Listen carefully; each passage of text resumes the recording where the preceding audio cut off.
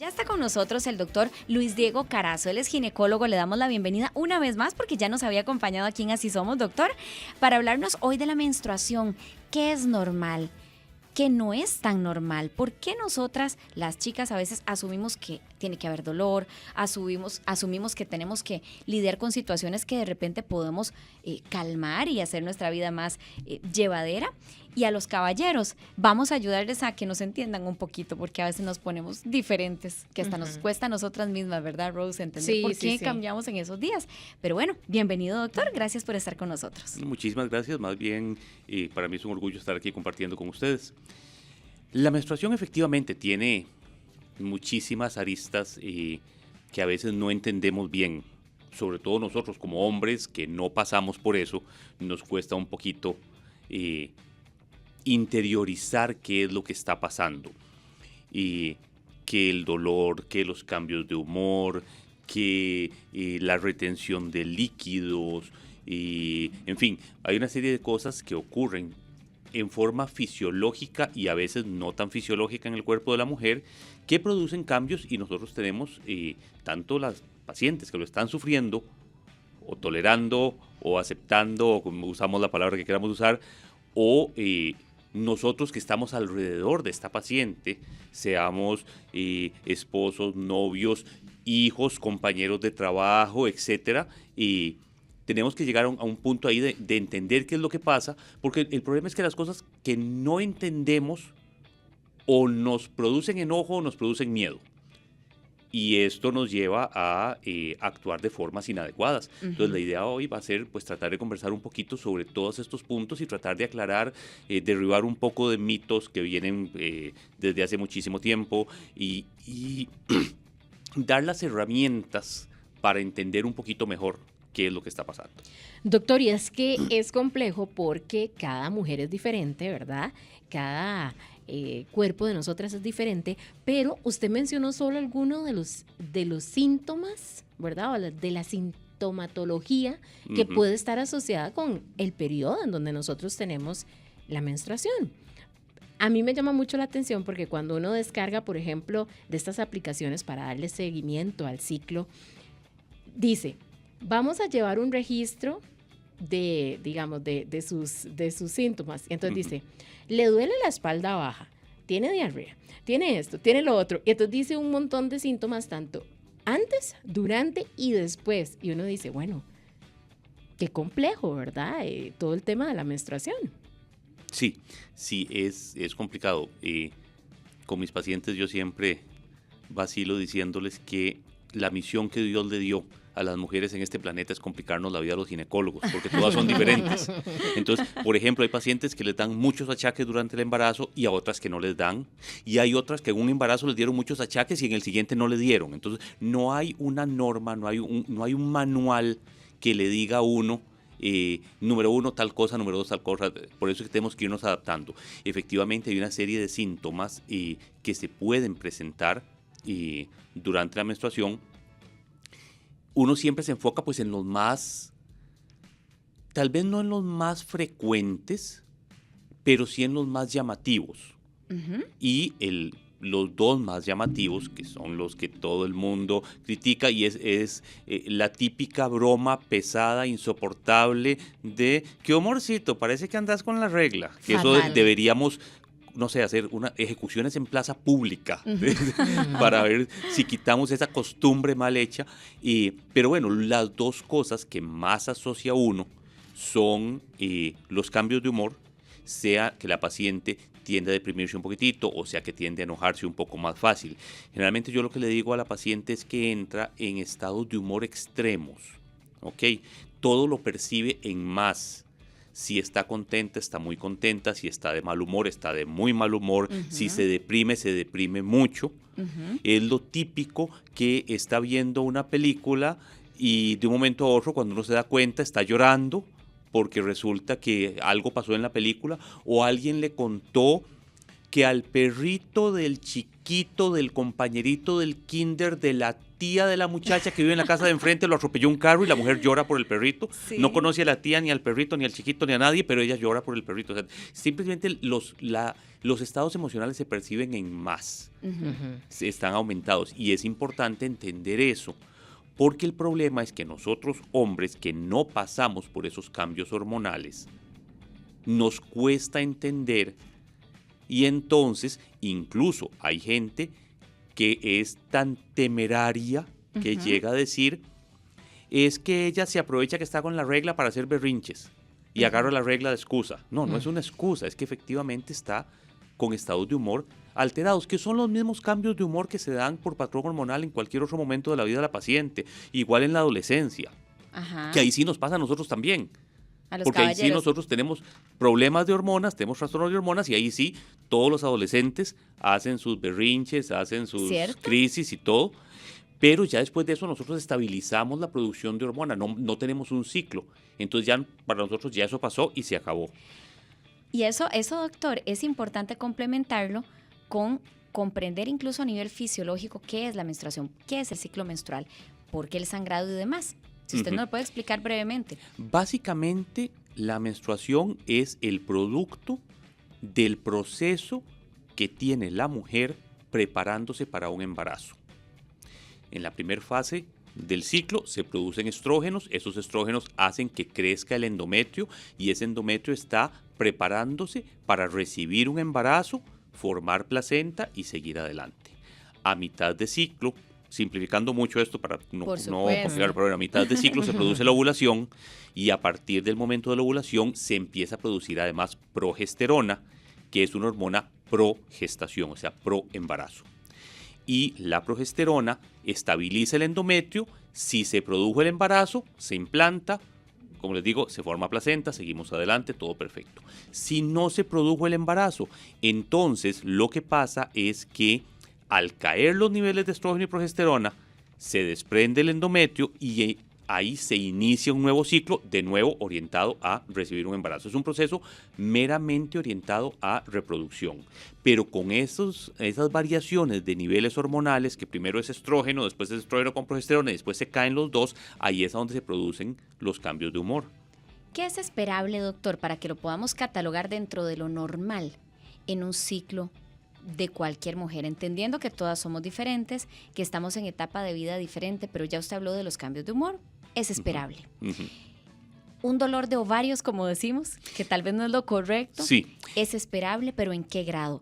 O incluso, le pongo otro ejemplo, porque sé que son cositas que le suceden a muchas mujeres. La cantidad de sangrado, y esto da pie a hablar de algo que queremos desmitificar o comprobar. Se dice que después de las vacunas contra el COVID, algunas mujeres tienen o experimentan un mayor sangrado durante sus periodos menstruales. No sabemos si es mito, si es realidad, si es una consecuencia ya científicamente comprobada de la aplicación de la vacuna. Creo que todo esto se puede empaquetar en una sola pregunta, doctor. Ok, y sí, efectivamente es frecuente que se produzca dolor durante la menstruación y ese dolor debería ser un dolor tolerable, no debería ser un dolor incapacitante. Y el dolor de menstruación nosotros lo conocemos como dismenorrea, que básicamente lo que quiere decir es regla dolorosa. Le ponemos un nombre diferente para sonar más intelectuales, pero a fin de cuentas es dolor de regla. Y ese dolor de regla puede ser primario o secundario. Cuando hablamos de un dolor de regla, de un dolor de menstruación secundario, es que es producido por algo más. O sea, es secundario a algo que está pasando. Secundario a una endometriosis, en fin, N cantidad de cosas. La dismenorrea primaria, que es la más frecuente, es la que no tiene ningún otro tipo de causa. Y se produce básicamente, bueno, como dijimos ahora, no es un dolor de ovarios. Nosotros culturalmente hablamos de dolor de ovarios, pero en realidad lo que duele es el útero. Son contracciones del útero. Yo siempre doy el mismo ejemplo. Así como el útero tiene contracciones durante el parto para expulsar a bebé, el útero tiene contracciones durante la menstruación para expulsar el sangrado y el tejido que está ahí adentro. Y este dolor se produce, igual simplificando la explicación lo más posible, porque cuando la contracción es una contracción muy intensa, colapsa los vasos sanguíneos del músculo uterino. Eso disminuye intercambios, disminuye oxigenación y produce estos dolores, estos calambres intensos que la paciente puede tener. Esto se produce inicialmente por unas sustancias que se llaman prostaglandinas. Las prostaglandinas son las que provocan un poco más las contracciones y las prostaglandinas se producen durante la ovulación primariamente.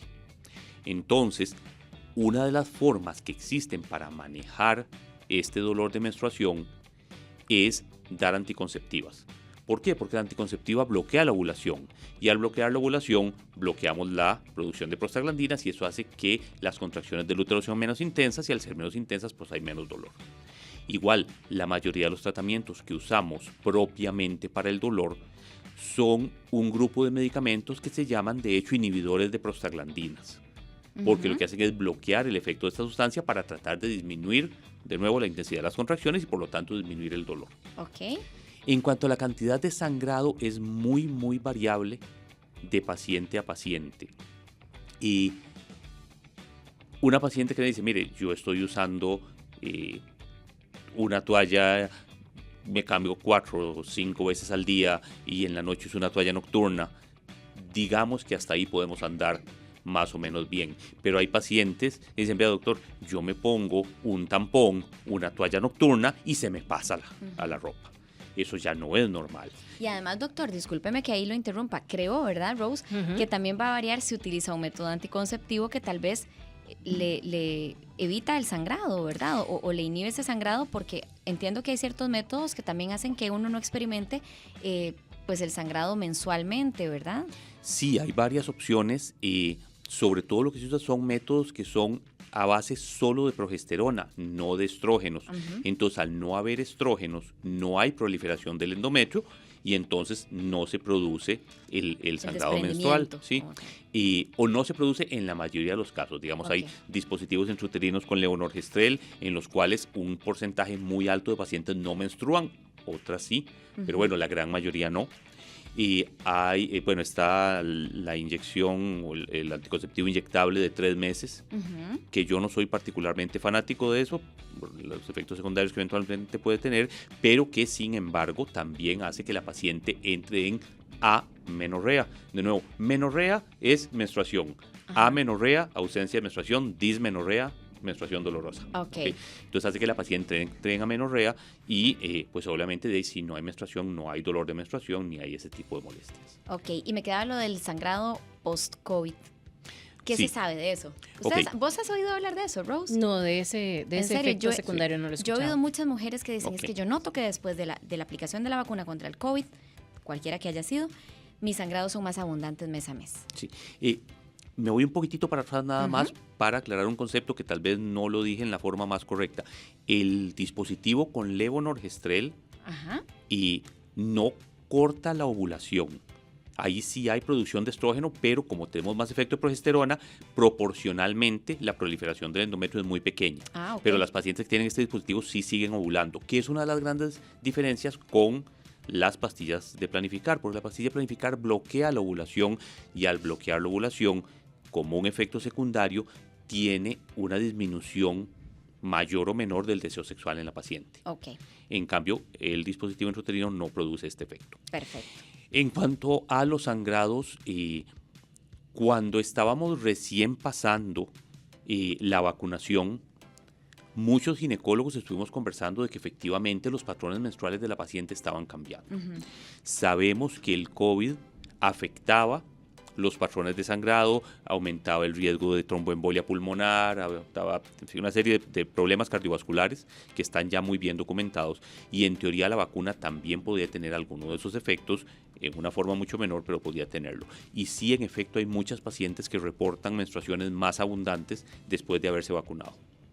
Ok, chicas que nos escuchan, Por favor, aprovechemos que está el doctor con nosotros. Por aquí un caballero dice, ¿por qué se llama regla? Parece una pregunta muy simple, pero ustedes también están invitadas e invitados a que nos hagan sus consultas. Tal vez usted está en una etapa en donde ya la menopausia comienza a aparecer y entonces la ausencia de la menstruación se hace más visible.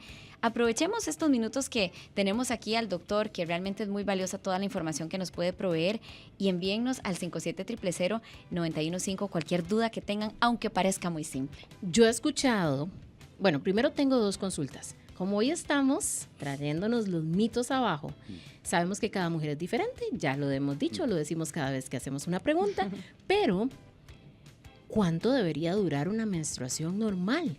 Porque hay personas que tal vez dicen, no, mi esposa está, no sé, más de 1 semana y media con la menstruación. Buena y eso pregunta. ya no es normal, siento yo.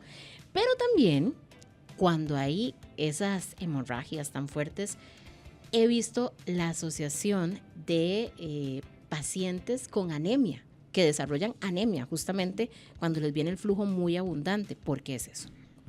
Ok, lo primero es que uno no puede establecer, hay parámetros, pero es difícil decir cuánto es el tiempo máximo de duración de una menstruación. Pongamos un ejemplo muy, muy básico, pero para que nos entendamos. Vamos a inventar que tenemos un estañón lleno de agua con un tubito. ¿Y cuánto va a durar en vaciarse ese estañón? Depende de cuánto abra yo el tubito. Si la paciente puede tener una menstruación muy fuerte de 3 días y anemizarse, o puede tener una menstruación moderada de 5 días y no hacer anemia, o una menstruación leve de 7 días y tampoco hacer anemia. Entonces no solo depende de la duración, sino de la cantidad de sangrado que tenga la paciente cada día. ¿Okay? Y ahí lo que hay que hacer es valorarlas. Y sí, hay pacientes que efectivamente producen problemas de anemia por la menstruación. Incluso a nivel de Caja Costarricense del Seguro Social, este dispositivo anticonceptivo que utiliza levonorgestrel y que disminuye o elimina la menstruación durante un periodo de hasta 6 años, no está autorizado como anticonceptivo, sino que está autorizado como manejo de sangrado uterino abundante. Y sí es una excelente opción, de hecho.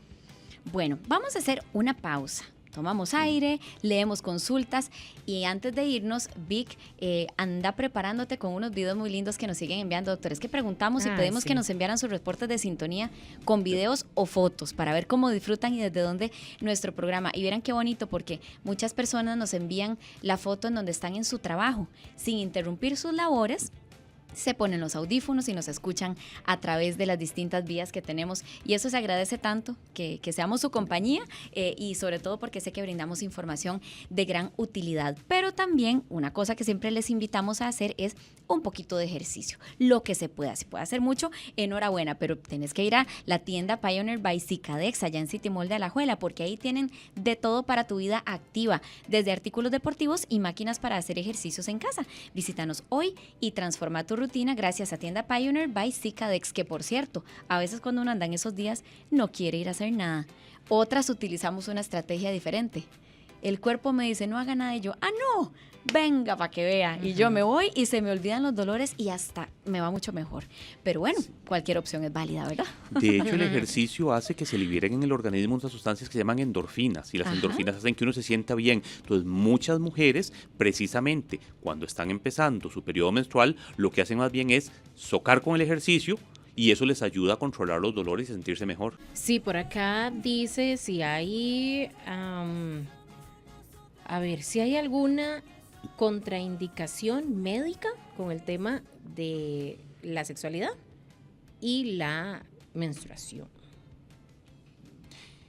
Okay. En realidad no, hay pacientes que se abstienen por razones religiosas, por en fin, una serie de cosas, de tener relaciones durante la menstruación o pacientes que simplemente de ahí no quieren después pasar por el asunto de cambiar sábanas y taca.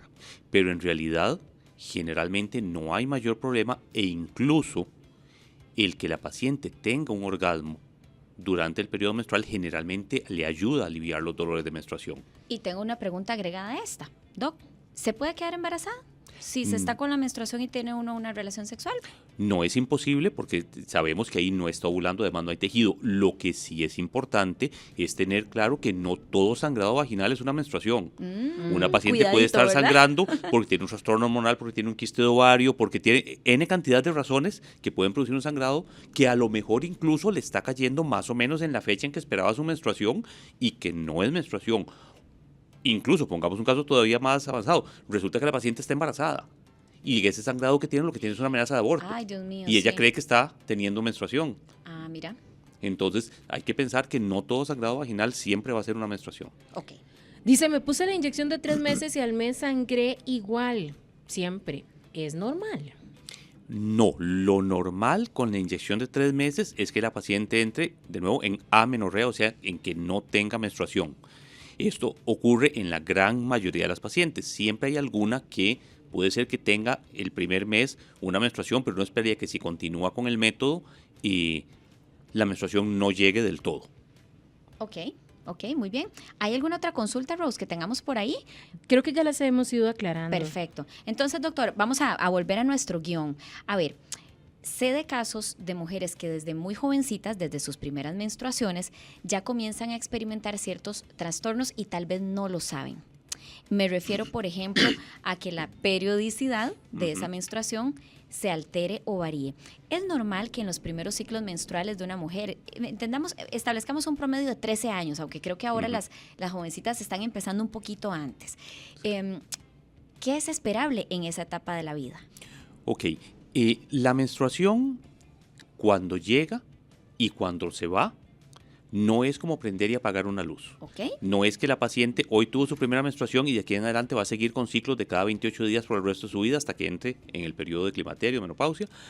Y sí es normal que haya inicialmente trastornos del ciclo que se pueden prolongar incluso más de un año, pero hay que estar vigilando. Okay. Muchas veces, la gran mayoría de las veces, es básicamente lo que nosotros llamamos una inmadurez del eje hormonal, que no tiene absolutamente nada que ver con la madurez psicológica, porque a veces a uno una mamá le lleva a un adolescente y uno le dice, mire, lo que tiene es una inmadurez del eje. No, doctor, ¿cómo se le ocurre si mi hija es súper madura? Sí, psicológicamente puede ser muy madura, pero hormonalmente no. Y yo tengo pacientes que tienen su menstruación fija cada 28 días como si fuera un relojito suizo y siguen jugando con muñecas. Entonces la madurez psicológica y la madurez hormonal no necesariamente van de la mano. Eso es importante tenerlo claro. Y sí es muy frecuente, como les digo, que tanto en las primeras menstruaciones, cuando la paciente está adolescente, como en las últimas, antes de que ya entre en el periodo de climaterio, de menopausia, tenga periodos irregulares. Doctor, si una mujer, y ya una vez que escuchó este programa y lo que hemos podido conversar, dice, mira, yo creo que yo estoy experimentando algo atípico. Me duele excesivamente, realmente la paso mal, noto que me incapacitan un día, 2 días, o la paso verdaderamente mal en mi trabajo y en mis labores. ¿Debería sí o sí buscar algún método anticonceptivo que le pueda regular un poquito más o que sea contingencia para esos síntomas que tanto le están aquejando mes a mes? Es una opción, pero no es la mejor. Y si la paciente tiene un problema de dolor menstrual muy severo y no hay un diagnóstico, darle anticonceptivas es básicamente lo mismo que si tenemos una gotera en la sala de la casa, se viene un aguacero y ponemos una palangana. Estamos disimulando el problema, pero no lo estamos arreglando, porque hay una causa que es muy severa de dolor que se llama endometriosis. Y si la paciente tiene una endometriosis, no le estamos haciendo ningún favor dándole anticonceptivos. Tal vez no empeore, pero no va a mejorar y va a seguir no empeorando por el anticonceptivo en sí, sino empeorando porque es una enfermedad que es progresiva. Entonces tendríamos que enfocarnos a ver si realmente el dolor es incapacitante. Hay que valorar la posibilidad de que se trate de una endometriosis y sea confirmar o descartar el diagnóstico. Pero darle algo así es nada más como poner un parche que no nos va a solucionar el problema. Muy bien, doctor. Bueno, Rosita, yo creo que ya con esto podríamos prácticamente ir cerrando, doctor. Quisiera yo dejar el mensaje, y lo hablábamos Rosy y yo, a veces una se agobia, a veces una pasa tan ocupada que no sabe qué hacer. Y la tendencia normalmente es que las mujeres, sobre todo si estamos en etapa de maternidad, nos dejamos como de ultimitas en la fila, ¿verdad? Siempre. Atendemos primero a nuestros hijos, a nuestro esposo, las cosas administrativas de la casa, más nuestro trabajo, ¿verdad? Si lo Los tenemos fuera del proyectos hogar, también, las que no tienen mamás, emprendimientos, claro. No tienen hijos. Exactamente, o sea, son muchas cosas. Entonces, a todas esas mujeres que nos escuchan, ¿cuál es el camino a seguir? Si quieren prestar un poquito más de atención y notan que algo diferente está pasando en esta área específica de la ginecología. Ok, lo más importante es que todas las pacientes tienen que tener su control anual, siempre. Su control de Papá Nicolau, su control de ultrasonido, ver cómo anda bien. Eso como una rutina, como un Riteve. Okay, bueno, ya no es Riteve, pero bueno, como si fuera el Riteve.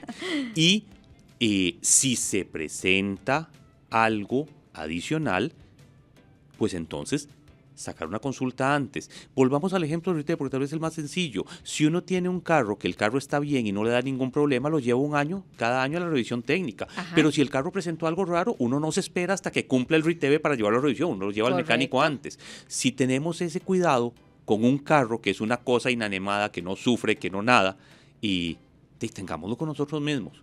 Porque sí es cierto, a la mujer se le educa para darse la última prioridad.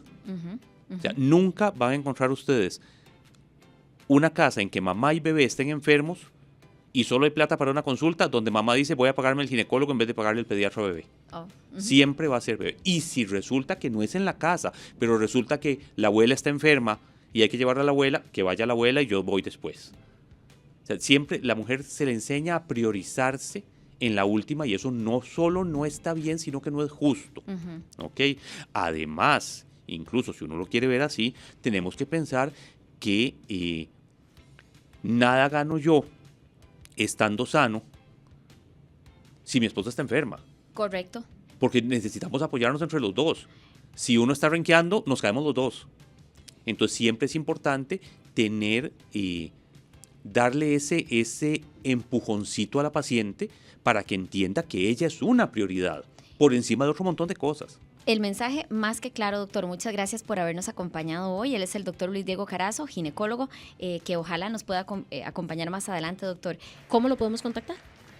Mire, bueno, yo tengo el celular mío para cualquier consulta, eso sí, preferiblemente por llamada. Yo normalmente no veo mensajes cuando estoy en consulta porque es imposible estar con una paciente y estar respondiendo mensajes. Es 8323-1736 y a razón de necesitar ya una cita, yo tengo 2 consultorios, uno en Heredia y el otro en la Católica. En Heredia es frente al Hospital de Heredia, en la Torre Médica Naus, el teléfono es 4080-2636 y en la Católica, en San José, frente a los tribunales de Goicoechea en Guadalupe, el teléfono es 2246-3394. Y con muchísimo gusto estamos ahí. Si quieres más contenidos como este, suscríbete a nuestro canal de YouTube.